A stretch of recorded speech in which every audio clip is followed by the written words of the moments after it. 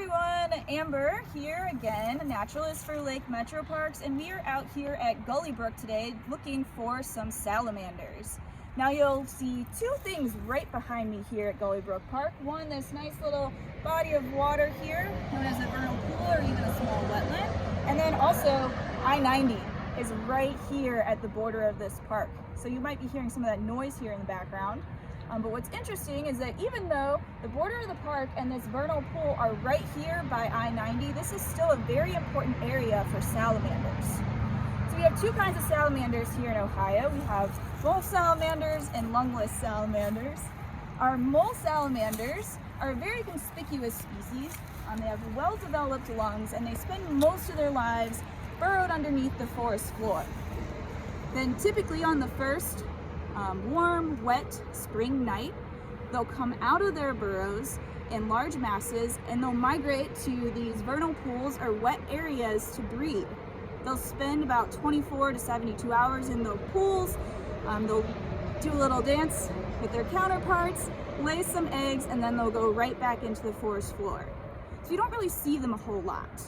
Now we were out here a little bit ago lifting some logs, seeing if we could get lucky and find some salamanders, and we did. So I'm going to show you, lift this log right here, and you can see right here and here we have two of our mole salamanders. I'm going to pull this guy out here so you can get a good look at him. Like I said, this is one of our mole salamanders, so he has well-developed lungs. This one in particular is probably a hybrid. Our blue-spotteds, Jeffersons, and smallmouth salamanders will sometimes crossbreed and produce a hybrid species, which is, interestingly enough, they all hatch out as fertile females. So when they breed with males of those same species, again, they'll produce more fertile females, so we end up with a lot of these hybrid species. Now you can see they're very cute faces and very friendly. They're long toes and long tails. These guys are very chunky looking, and this one's pretty long. They can be anywhere from, I would say, 4 to 8 inches long, and they like these moist, wet woodlands.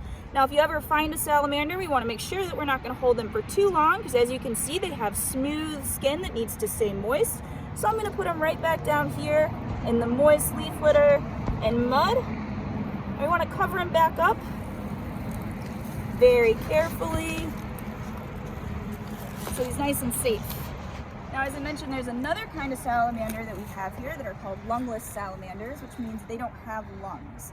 So we'll typically find them on stream sides where there's a lot of nice cool water. They like clean water too, because they're going to absorb that water and the oxygen in it through their skin. So if there's any pollutants or toxins in that water, it'll be harmful to them. So they like the clean water. And we also will find some that prefer moist woodlands.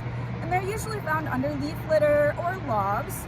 And we were in another part of the park a little while ago looking for some of these salamanders, and we did come across some redback salamanders. So we're going to show you them in here and go through some of this leaf litter. See if we can show you. Over here in the corner, there's two of them. You can see the nice red stripe right down its back. And then there's another one right on top of it that's also a redback, but you'll notice it's a little bit more gray or subdued in color. So they can be different colors. Now these salamanders don't have lungs, so they breathe through a special organ in their mouth, and also they get oxygen through their skin, so they also have to stay very moist. So we're gonna cover these guys back up. There's two more in here I wanted to show you. Over here, this one in particular, you'll notice he has a break in the red on his back, and it's also missing part of its tail here at the end. You'll see the very long tail on this one. Now salamanders do happen to have part of their tail get broken off by either a predator or something. They are able to regenerate that and grow it back. So we're going to cover these guys back up.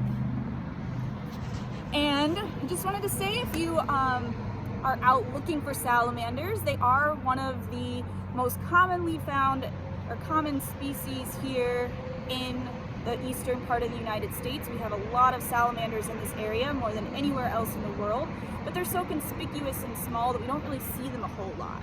So if you're out in your backyard or at a park looking for them, all you have to do is lift up some logs or some leaf litter or some bark that you see on the ground, and chances are you just might be able to see a salamander. So hopefully you get out there to look, but just again, be very careful when you're handling them.